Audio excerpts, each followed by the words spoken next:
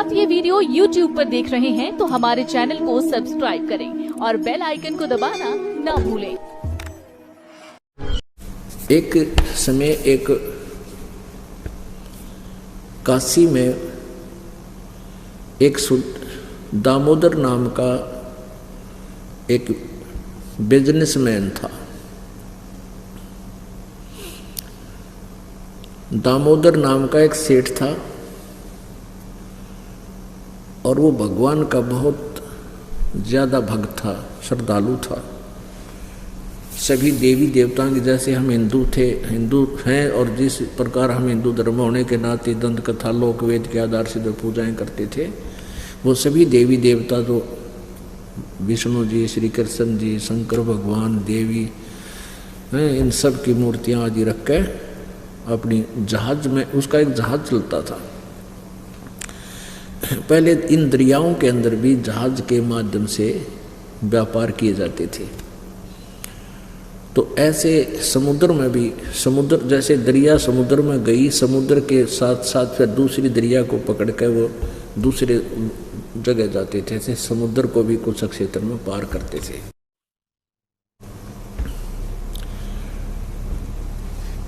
एक दिन परमात्मा कबीर जी सत्संग कर रहे थे।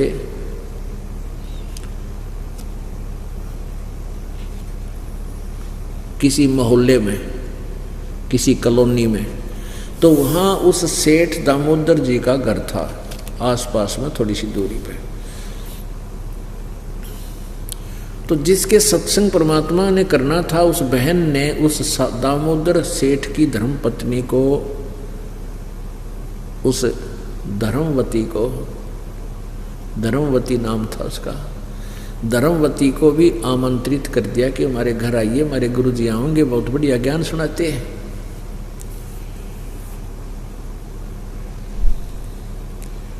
तो वो लड़की ने, वो बहन थी जो धर्मवती, दामोदर सेठ की पत्नी, वह सत्संग सुनने चली गई। और सत्संग सुनने चली गई तो वहाँ परमात्मा ने ज्ञान दिया। अपने आत्माओं, आपको उदाहरण दिया कई बार कि एक घर में एक सदस्य नाम ले रहा है, दो ना ले रहे। एक घर में दो सदस्य नाम ले रहे हैं, तीन नहीं ले रहे। एक घर में तीन सदस्य नाम ले रखा, एक नहीं लेता इस दास से। तो ये क्या कारण है कि वो परमात्मा ने उदाहरण दिया है कि जैसे एक कोयल होती है, कोयल, और कोयल अपने अलग से घोंसला बना के बच्चे पैदा नहीं करती, अंडे नहीं देती, क्योंकि ये काग नहीं छोड़ते, उसने खा जाते हैं, कौवे खा जाते हैं। तो वो क्या करती है कोयल, जब वो ये देखती है कि किसी मादा कौवी ने समझ ले अंडे उत्पन्न कर रखे हों और वह कहीं इधर उधर अपना पेट भरने के लिए जाती है, आहार करने के लिए, तो पीछे से उसके घोंसले में अंडे उत्पन्न कर देती है कोयल। अब जो कौवी वापस आती है, मादा कौवा, तो वो देखती है कि 4 अंडे हो गए। अब वो पहचान पाती नहीं मेरा कौन सा है, नहीं तो वह गिर दे नीचे ठाके या खा ले उन्हें। तो उसका इनो डर रह के तेरा अपना ना खराब हो जा। तो उन सब के सब को वो परिवर्ष कर देती है, सब के सब का वो उनको से देती है, बच्चे बना देती है। और बच्चे जब बन जाते हैं तो वह मादा कोयल जिसने अपने अंडे उस घोंसले में छोड़े हुए हैं, उसके पिछाड़ में ना आते कौन से तेरे हैं, एक सा रंग होता है। तो कुछ दिन के बाद वो बच्चे फिर उड़ने लग जाते हैं, ऐसे उड़ने लग जाते हैं।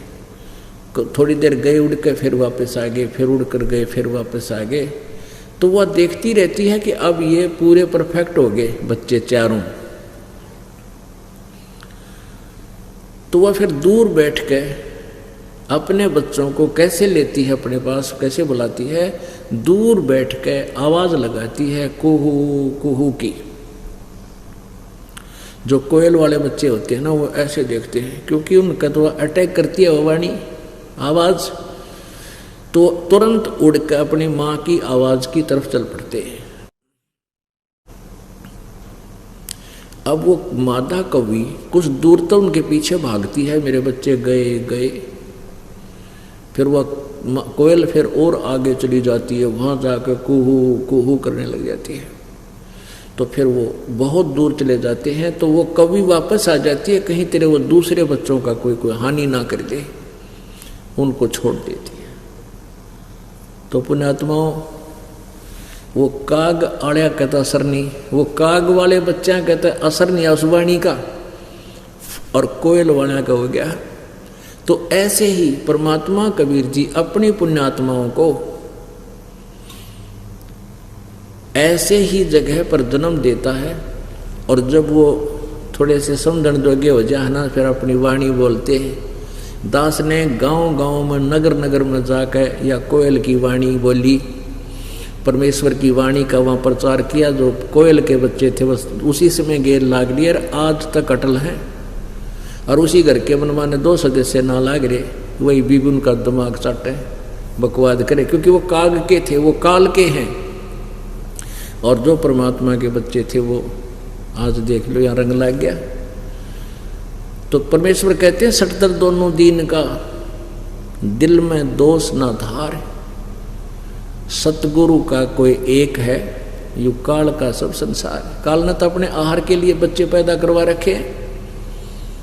जैसे गीता जी अध्याय नंबर 7 के श्लोक नंबर 12 में कहा कि तीनों गुणों के भाव से जो कुछ भी उत्पन्न, जो कुछ भी हो रहा है उसका मुख्य कारण मैं हूँ, उसका निमित्त मैं हूँ।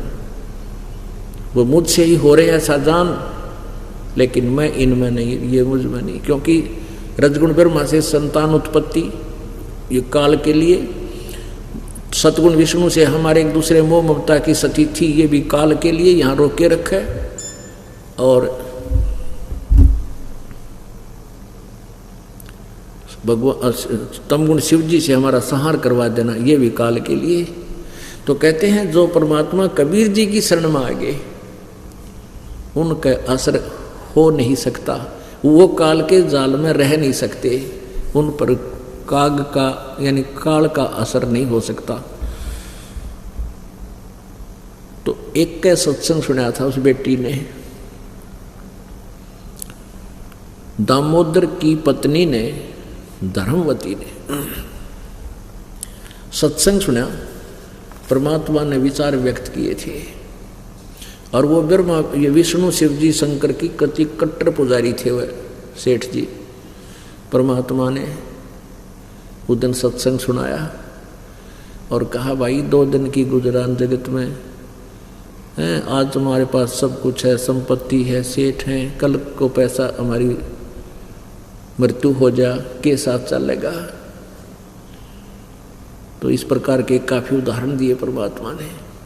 उस बेटी का दी सास, और फिर ये कहा भाई गुरु बिन माला फेरते, गुरु बिन देते दान, गुरु बिन दोनों निष्फल हैं, चाहे पूछो वेद पुराण। अब वह बेटी नाम तो किसी गुरु को तो बना नहीं रखा था, लेकिन साधना बहुत करती थी। फिर उसको पता चला गुरु बिना तो सारी व्यर्थ है। परमात्मा कबीर जी ने समझा था कि राम कृष्ण से कौन बड़ा, उन्हों भी गुरु कीन, और 3 लोग के वह धनी गुरु अज्ञाधीन। कहते राम कृष्ण को तो आप बड़ा मानते हो, यहाँ का सुप्रीम मान रहे हो तुम्हारी अपनी सोच से, और उन्होंने भी गुरु बनाए। वशिष्ठ मुनि को श्री रामचंद्र जी ने गुरु बनाया, और दुर्वासा जी को श्री कृष्ण जी ने गुरु बनाया। संदीपनी जो थे श्री कृष्ण जी के अक्षर ज्ञान के गुरु थे, जैसे टीचर होया करें। आध्यात्मिक ज्ञान के गुरु दुर्वासा जी थे। तो उस बेटी का समझ में आ गया भाई सचमुच गुरु तो बनाना चाहिए। अब उसके सामने एक समस्या आ गई बेटी का, उस धर्मवती का। उसने अपनी सहेली से कहा बहन मैं तो नाम लूँगी, मैं तो नाम लेना चाहती हूँ, कल न जीवन मेरा जीवन मृत्यु होगी तो जीवन नहीं रहा था, क्या करूँगी मैं। और परमात्मा कहते थे कि मेरी शरण में आने से तुम्हारी अकाल मृत्यु होगी, वह भी नहीं होगी, यह गारंटी देता हूँ। अब उस बेटी के इस बात का भी डर हो गया, क्योंकि ज्ञान जब हो जाता है ना इस जीवन का, मनुष्य जन्म के महत्व से जब परिचित हो जाता है, एक एक पल भारी हो जाए अच्छी आत्मा को, हे भगवान कहते मृत्यु हो जाए कल ने, और नाम बिना रह जाऊँ मैं। उसने अपनी सहेली से जो उसके जिसके घर में सत्संग हो रहा था उससे कहा बहन मैं नाम लूँगी। वह बोली आजा गुरुजी के पास चल, नाम ले ले। मेरे सामने एक समस्या आ गई, क्या कि मैं कोई भी कार्य अपने पति से के पीछे से नहीं करती, उसकी आज्ञा के बिना मैं कोई कार्य नहीं करती। और मैं असमंजस में फंस गई बहन के नाम मैं लेना चाहूँ, मेरी तो रात भी ना कटे, कल दिन भी पूरा ना हो मेरे पे। अब इसका समाधान कैसे हो?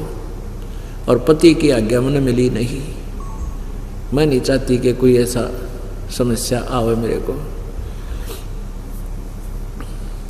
कहने लगी इसका समाधान था, फिर गुरुजी बताओगे, चल उनके पास चलते प्रार्थना करें। उसने सारी कहानी बता दी।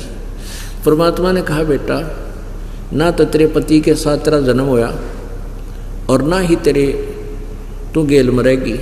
अपने पति की प्रत्येक बात का तू पालन कर, लेकिन अपने जीवन के फैसले में, सौदे में किसी से सलाह लेने की जरूरत नहीं। अपने जो भक्तिहीन प्राणी थे,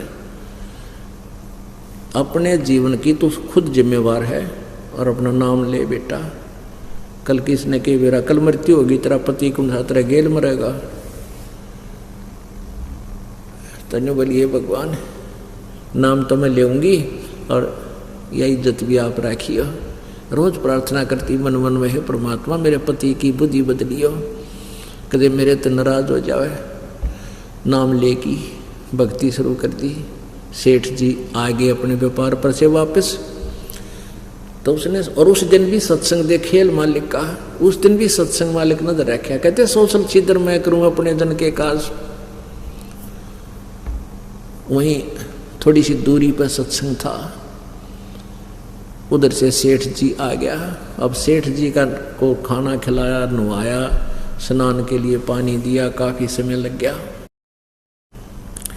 उसके साथ की सहेली आई, उनसे उसने कह दिया कि बहन बाहर आकर बता दे, तुम बोलियो ना सेठ जी आ रहे हैं, मेरा दाव लगेगा तो मैं आऊँगी, तुम जाओ। वो सारी निकाल दी सब। अब वो खाना खाने लगा जब सेठ जी, तब उसकी पत्नी धर्मवती कहने लगी, अगदी मेरे ते गलती होगी, आज माफ़ कर दोगे। अब सेठ जी बड़ा धार्मिक विचारों का आदमी था, कहने लगा मेरी पत्नी ऐसी गलती कर ही नहीं सकती जो अक्षमा योग्य ना हो। अकना जी एक भूल बढ़ गई मेरे पे, मैंने अंदर तेन प्रार्थना करी है, भगवान इज्जत रखिए, इसकी बुद्धि बदलिए गुरुदेव। कहने लगी जी सच्ची बता दूँ। कहा सच्ची ये बता कि या पड़ोस में ना उनका सत्संग हुआ था, उनके गुरुजी आ रहे थे, बड़ी कमल बढ़िया बढ़िया बात बताई। और गुरुजी ने कहे थे गुरु बिना मोक्ष ना हुए, और के मेरा जीवन काल किसका है कि ना है। और मैंने आपके आज्ञा बिना ये गलती कर दी, गुरुजी का नाम ले लिया, अपना रास्ते नहीं हो गए। अब वो धार्मिक आदमी होते हैं और फिर परमात्मा रजा बख्शते अपने बच्चों पे। उसके मन में जरा सा मलाल नहीं आने दिया और कहा कोई बात ना, भक्ति बहुत अच्छी बात, भगवान का नाम मत लिया है, इसमें बुरी क्या कर दी तने, इसमें क्या गलती कर दी, और के पूछना है तो अच्छी बात का के सलाह लेनी थी, बहुत अच्छा कराया। और ये तो सब कहे हैं गुरु बिन ज्ञान नहीं, गुरु बिन भक्ति मोक्ष नहीं होता, अच्छा किया आपने। अब उसने सोचा या बुलाता टली भाई, चलो कोई नहीं, नाराजगी व्यक्त करी से। फिर सोचा कि ये एक ऐसा व्यक्ति है, एक बार ये सत्संग में चल पड़ेगा मेरे साथ और वहाँ के माहौल ने देख लेगा, तो फिर इसने कोई कुछ भी कहता रही हो, ये मानने कोई ना किसी की। और ये संसार ऐसा निकम्मा है, कोई न कोई निकम्मा आदमी इसने कह देगा तेरी पत्नी रात ने भी जा है और वहाँ ऐसे गुंडे है, फलान है, या तो बिगड़गी। तो उसने सोचा इसका ये समस्या हल हो जाए, मेरी गेल एक बार चल पड़े उस सत्संग में, नाम तो लो चाहे ना लो, पर वहाँ का माहौल देखा हो एक बार यूँ। तो उसने कहा जी आज गुरुजी का सत्संग है, और गुरुजी का संदेश आया था बेटी सत्संग में आइए, तो और मेरी सहेली सारी चली गई, मैं आपके आने से लेट होगी, आप मेरे साथ चलोगे सत्संग में। अब वो कहने लगा धर्मवती चलता मैं पढ़ूंगा, और मैं थका आ रहा, रास्ते में काफ़ी लंबा सफ़र करके आया हूँ, मैं जाते मेरे लटके आवेंगे, मेरा के सत्संग में जाना ना, आप चली जाओ। अपनी कोई सहेली न ले जाओ। ने बोले जी सारी जाली आपने वो करियो, पाछे न बैठ जियो, नींद आओ तो लौट जियो, कोई ना नाटे। अब उसको पता था कि इतना भगवान आत्मा है, वहाँ चला गया तो सो लिया, फिर तो ऐसा सत्संग करते हैं गुरुदेव, नींद तो सौ को चली जाएगी इसकी। तो उसने सोचा रहा दुखी होगी, कोई बात न ले चल पड़ता, अच्छा जी मैं चलता हूँ तेरे साथ। अब वहाँ परमात्मा ने सत्संग शुरू कर दिया। अब सत्संग के अंदर बताया गया भाई परमात्मा ने कहा ये सौदा फिरना ही संतो यो सौदा फिरना ही, ये लोहे के साताव जात है काया देश राही। बहुत से लंबे लंबे मालिक ने विचार दिए कहने, और उस लाला जी की नींद आराम होगी, अरे तेरा गजब हुई हो। फिर उसके मन में यह शंका थी कि मैं पूजा तो करता हूँ विष्णु जी की, और भगवान विष्णु का तो मैं पुजारी हूँ, तो परमात्मा ने उसके मन की बात समझकर जो आंट लाग रही थी वो एक प्रश्न हल कर दिया। कहने लगे भाई कुछ भक्त प्रश्न करते हैं, परमात्मा ने सारी सृष्टि रचना सुनाई कि ऐसे ऐसे हम वहाँ से आए थे, ब्रह्मा विष्णु महेश की उत्पत्ति ऐसे हुई है, और ये 3 लोक के भगवान हैं, ये कर्म में जैसा कर्म करोगे वैसा ही फल देते, क्योंकि उस समय परमात्मा ऐसा मोटा मोटा सा ज्ञान दिया करते थे ऐसे स्थान पर कि भी ब्रह्मा विष्णु महेश तो जैसा तुम कर्म करोगे वैसा ही फल देंगे, आपके भाग्य में कोई आपत्ति है तो ये टाल नहीं सकते, वैसा ही देना पड़ेगा, वैसा ही ये भोगते हैं, स्वयं भी भोगते हैं। प्रमाण दिए जैसे श्री रामचंद्र जी को श्राप दे दिया था नारद जी ने, मैं पत्नी के वियोग में दुखी हूँ, तू भी सारी उम्र ऐसे ही रहेगा। तो काफ़ी उदाहरण दिए, लाला जी के सारे फिट हो गए, भाई बात तो सच्ची है। तो कई भक्त परमात्मा कहते, कई भक्त ये प्रश्न करते हैं कि श्री कृष्ण जी ने ताम्रध्वज को, मोरध्वज के बेटे ताम्रध्वज को आरे से चिरवा के जीवित कर दिया था, तो क्या ये भगवान नहीं थे? कबीर जी कहते थे पूर्ण परमात्मा और है भाई, मैं उसी का संदेशा लेकर आया हूँ, अपनी ही डबल रोल करते थे। और कभी कभी कह देते थे हम ही अलखला हैं कुतुब गोस और पीर, गरीबदास खालिक दनी हमारा नाम कबीर। कहते भाई, और फिर परमात्मा ने फिर कहा कि हम उनसे प्रश्न करते हैं कि श्री कृष्ण जी ने अपने सगे भांजे अभिमन्यु को जीवित क्यों नहीं किया? वो नहीं कर सके, जबकि महाभारत के युद्ध में प्रथम दिन ही चक्रव्यूह में मारे गए थे। इकलौता पुत्र था, सुभद्रा रो रही थी, श्री कृष्ण रोए थे, 500 पांडव हाहाकार माच के उनका कुल नाश हुआ था। श्री कृष्ण जी वहां ठीक नहीं कर सके।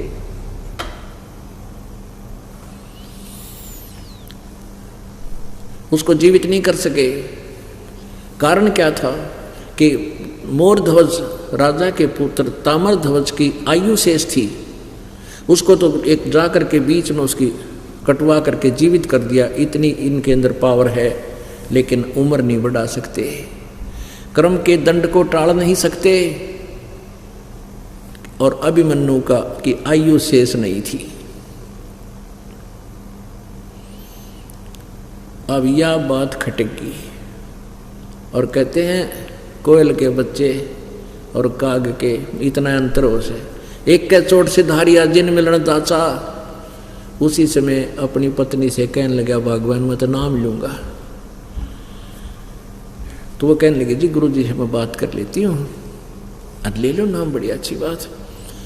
तो परमात्मा के पास वो लड़की गई कि ऐसे ऐसे आपका भगत आया था जी, और मैं ले आई थी तो बड़ो बढ़ा के, और आपने बड़ी दया करी, आपकी कृपा से इसके मन में कोई दोष नहीं आया, मैंने इससे स्पष्ट बता दिया। तो ये कहने लगा बहुत अच्छा किया, तेने नाम ले लिया तो बहुत अच्छी बात, परमात्मा आपने ही इसकी बुद्धि बदली है। और अब ये नाम लेने की कह रहे हैं। परमात्मा बोले बुला बेटी, बुला लिया। हाँ भाई सेठ जी नाम ले होगा, कहाँ जी उपदेश लूँगा। बात सुन ले भाई, गुरु जी की भक्ति करे ना जब, और देवता की पूजा ना चलती, वह सारी घर से सारी मूर्ति उठानी पड़ेगी जहाँ तू पूजा करता है। अन्य देवता की पूजा नहीं करनी, केवल एक परमात्मा की भक्ति बताऊंगा, वो साधना कर, और गुरु जी के अतिरिक्त किसी में आस्था तेरी होनी नहीं चाहिए। तो सेठ जी ने बोला जी मैं सौदा करना जानता हूँ, व्यापारी हूँ, मैंने खूब समझ लिया ज्ञान आपका, 1 नंबर का ज्ञान आपका, और मैं भी व्यापारी हूँ, सौदागर हूँ, कच्चा काम नहीं करता मैं। आज के बाद आपके अतिरिक्त दास किसी ने नहीं पूछेगा, मेरा नाम दे दो। परमात्मा ने कहा था नहीं होता, तुम लाला जी हो, बिना ठेके चारों तरफ हाथ मारा करो, कदे फिर गड़बड़ कर दे काम ने। अक नहीं, बिल्कुल नहीं होगी, आपका दास आपका प्रत्येक आज्ञा का पालन करेगा। अब उसके कुछ लेकर नाम चला गया और समुद्र के अंदर जहाज लेकर चल पड़ा। वहां उसने एक कक्ष बना रखा था जहां पूजा करता था, सभी देवताओं की मूर्तियां तो भर रखा था। वो कमरा ठाडा फुल चारों तरफ चमका रखी थी, ब्रह्मा विष्णु जी की, शिव जी की, रामचंद्र जी की, देवी की, भैरव भूत सब की ला रहा था। जाके सबसे पहले वो सारी मूर्ति जल प्रवाह कर दी। एक कबीर जी का हाथ से बना हुआ चित्र वहाँ मिलता था, बना देते थे पहले, बहुत अच्छे चित्रकार होते थे, वो मिलता था, वो ले गया।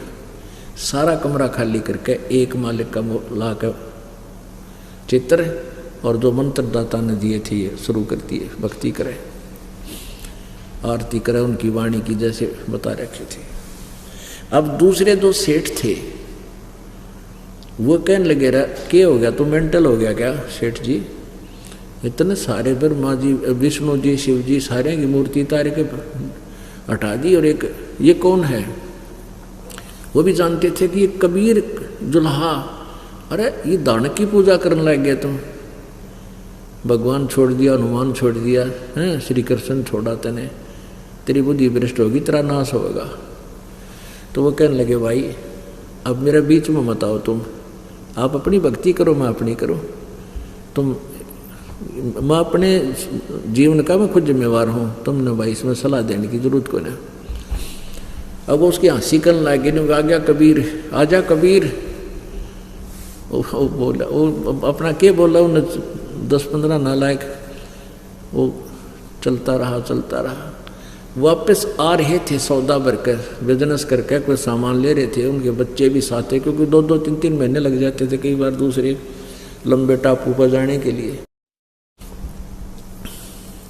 तो आते समय उनका सामान साथ में, 2-4 के बच्चे भी साथ में। क्या हुआ, समुद्री तूफान आ गया। समुद्री तूफान आ गया काफ़ी दूरी से, और देखा तो भाई समुद्री तूफान कैसा होता, जैसे आंधी उठकर चल पड़ा ना, धूल, इस प्रकार पानी उठकर चल पड़ता 30-40 फुट ऊंचे तक ऐसे, और नो पूरी स्पीड आता है। अब उनको जहाज चालक को पता होता है कि बात बिगड़ने वाली होगी, उसने अलर्ट कर दिए कि वो समुद्री तूफान आ गया है, और इतना तेज तूफान है शायद ही हम बच पाएंगे। एकदम सबकी हाहाकार मच गई, अब अपने देवता ने याद करें, लेकिन वो काफ़ी दूर से वो आता हुआ तूफान बढ़ता ही नजर आए।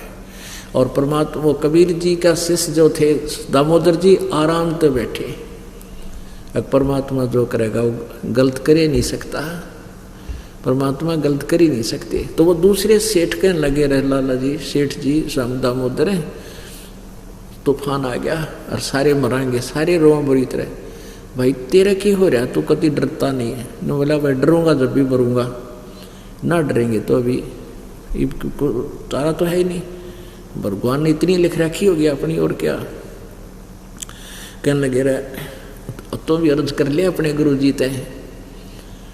अब वो कहने लगा सेठ जी कि भाई तेरे हनुमान जी गदा ले रहे, श्री कृष्ण जी सुदर्शन, श्री राम जी तीर, और भाई और भी तुम बड़े बड़े देवता मानते हो, और मेरा तो एक गरीब सा दुल्हा है, मेरा तो गुरु जी भगवान सब कुछ यही है। फिर ये क्या कर पाओगे जब तुम्हारे ये नहीं कर पा रहे? तो आज आ ही रही होगी अपनी मृत्यु। तो सेठ वो दूसरे थे, वो कहने लगे लाला जी अब मजाक ना करें, कति नाश हो गया और मर गए, तुमको अर्ज कर ले। ने बोला बस तुम बैठ जाओ, थारी अर्ज फेल हो ली, कति हो ली मारी तय, तो बैठ जाओ सारे। अब बैठा क्यों करे, नु के बैठा जा से। तो खड़े हुए दामोदर जी और अपने गुरुदेव से कहा, हे परमेश्वर, हे गुरुदेव, आशा तो है नहीं बचने की, लेकिन परमात्मा मैंने इनका आगे आपकी घनी महिमा सुना रखी है कि पर मेरे गुरुजी ने उसका इतना लाभ दे दिया, उसको इतना लाभ दे दिया, उसको ऐसे मौत बचा दी। और आज मुझ नीच के कारण, हो सकता है मेरे पर इतनी भक्ति ना बनी हो दाता आपकी, जो आज हमारी मृत्यु टल सके। मुझ नीच के कारण दाता आपकी महिमा कम होगी। आज इस नीच ने आज बचा लो सारे जहाज ने, और बाहर जाते ही वैसे मृत्यु दे दियो दाता, कोई ऐतराज नहीं। न्यू कह के और अचेत हो गया। वो अचेत हो गया तो इतने में क्या देखा है कि एकदम वो तूफान जो समुद्री तूफान था एकदम न्यू जाता दिखा, जैसे बिल्कुल, और कति शांत हो गया समुद्र, हलचल नहीं रही, ना तो जहाज न्यू न्यू होने लग गया था, और कति एकदम शांत है। ओए होए, सतगुरु जो चावे सो कर ही, 14 कोट दूत जम डर ही, ऊत भूत जम त्रास निवारे, चित्रगुप्त के कागज पाड़े। वो चित्रगुप्त के कागज पाड़ दिए, न मौत थी सारे की। अब दामोदर सेठ जी होश में आए और कति शांतर सब खुशी मना रहे, और उसने ने कहा, जय हो दामोदर सेठ की, जय हो दामोदर सेठ की, आज जान बचा दी। दामोदर सेठ बोला, भाई नहीं, मेरे कबीर भगवान की जय बोलो, उनकी दया से रक्षा हुई है। उधर से क्या होता, कबीर जी सत्संग कर रहे थे एक भगत के घर में, सर्दियों के दिन थे। कुछ भगत ऐसे होते हैं जिनका कुछ विश्वास होता है, कुछ ना होता है। वह भी बैठे थे, 50-60 भगत बैठे थे, परमात्मा सत्संग कर रहे थे, आसन पर बैठ गए। थोड़ी देर में क्या किया मालिक ने, ऐसे कर ऐसे कर दिया। वो तंत्रयामी थे कि सामने वाले 2-3 मूर्ख बैठे, इनका यकीन कोई ना, उनके छींटे लगे। तो और भक्तों का भी लगे। भक्तों ने पूछे, गुरुदेव क्या हो गया आपको, आपका तो सारे केस भीज गए पानी में। परमात्मा कहने लगे, कबीर जी के दामोदर सेठ का भाई जहाज डूबा था, उसको बचा के आया हूँ, नहीं तो नाश हो गया था। उसने पुकारा मेरे को हृदय से। तो और ना किसी का जच्चिया बात, किसी का ना यकीन हुआ। और नो सोचे गुरु जी यहाँ बैठे, पसीने आगे होंगे, शब्द गांव में थे, सत्संग कर रहे थे हैं, और वैसे ही कह रहे थे। तो वो वहाँ से जहाज के लोग चलकर आए, 2-3 दिन 4 दिन लग गया, हफ्ता लग गया। उस दिन भी सत्संग कर रहे थे परमात्मा किसी के घर में, और वो सारे वही, क्योंकि उस समय थोड़ी सी संगत होती थी, जहाँ सत्संग होता था सारे आ जाया करते काशी शहर के। तो उस दिन भी सत्संग कर रहे थे परमात्मा। अब दामोदर सेठ जी सीधे कबीर जी की कुटिया पर गए, साथ में वो सेठ जितने और थे वह भी कहने लगे, हम भी आपके गुरु जी का नाम लेंगे। आज तो हमें पता लग गया वो परम शक्ति है। तो सारे 10, 15, 20 जितने जहाज में व्यापारी थे वह और दामोदर वहाँ पहुँच गए, कुटिया पर गए। कुटिया से पता चला झोपड़ी से कि वहाँ उनका सत्संग हो रहा है, वो वहाँ पहुँच गए। बाहर आकर जय जयकार कर, जय हो कबीर जी की, जय हो कबीर भगवान की, जय हो कबीर जी की। अब जान बची, लाखों पाए। परमात्मा को तो पता था। पूछा, रहा देखना बाहर क्या शोर हो रहा है, सत्संग कर रहे थे। एक भक्त दामोदर जी को जाने था, उसने कहा, जी दामोदर सेठ आ रहा है, उसके साथ 10-20 भक्त हैं, लाला जी आपके दर्शन करना चाहते हैं। बोला, वे बुला ले। आगे सारे नौकर, हे महाराज आपने हमारी जीवन बचा दिया है, महाराज हमारी जिंदगी, हमारे बालक बचा दिए, सारी जिंदगी आपके हाथों में, आपके द्वारा दिया हुआ जीवन है। परमात्मा बोले, रे क्या बात भाई, बताओ तो। वह राम कहानी बताई। तब उन बुद्धवा का कलाई जोड़े बैठे थे, न्यू गए थे, परमात्मा ने कहा था कि मैं उसका जहाज बचा के आया हूँ। तो सारे उन सेठों ने भी नाम ले लिया, और परमात्मा का इस प्रकार ऐसे अपनी समर्थता का दिखा करके प्रभु ने 64 लाख शिष्यों को उपदेश दिया था, आज से 600 वर्ष पहले। रे नल नील यतन कर हार, तब सत गुरु से करी पुकार रहे नल, नील यतन कर हार, तब सतगुरु से करी पुकार। जासत रेखा लखी अपार सिंधु पे, सिला तराने वाले। जासत रेखा लखी अपार सिंधु पे, सिला तराने वाले। धन धन सतगुरु सत्य कबीर भक्त की, पीड़ मिटाने वाले भक्त की, पीड़ मिटाने वाले भक्त की, पीड़ मिटाने वाले। नंदन सतगुरु सत्य कबीर भक्त की, पीड़ मिटाने वाले। दामोदर सेठ के ओवत आकाज, अर्ज करी डूबता देख जहाज। दामोदर सेठ के ओवत आकाज, अर्ज करी डूबता देख जहाज। लाज मेरी रखियो हो गरीब नवाज, समुद्र से पार लंगाने वाले। लाज मेरी रखियो गरीब नवाज, समुद्र से पार लंगाने वाले। धन धन सतगुरु सत कबीर, भक्त की पीड़ मिटाने वाले। भक्त की पीड़ मिटाने वाले, भक्त की पीड़ मिटाने वाले। धन धन सतगुरु सत कबीर भक्त की, पीड़ मिटाने वाले। डसी सर्प ने जब जा पुकारी, इंद्रमती अकुला। डसी सर्प ने जब जाए पुकारी, इंद्रमती अकुलाए। आपने तुरंत करी सहाय बेरोली, मंत्र सुनाने वाले। आपने तुरंत करी सहाय बेरोली, मंत्र सुनाने वाले। धन धन सतगुरु सत कबीर भक्त की, पीड़ मिटाने वाले भक्त की, पीड़ मिटाने वाले भक्त की, पीड़ मिटाने वाले। धन धन सतगुरु सत कबीर भक्त की, पीड़ मिटाने वाले। कह कर जोड़ दीन धर्मदास, दर्श दे पूर्ण करियो आस। कह कर जोड़ दीन धर्मदास, दर्श दे पूर्ण करियो आस। काटियो जन्म मरण की तरास, सत्य पद प्राप्त कराने वाले। मेटियो जन्म मरण की तरास, सत्य शब्द प्राप्त कराने वाले। धन धन सतगुरु सत्य कबीर भक्त की, पीड़ मिटाने वाले। सत साई।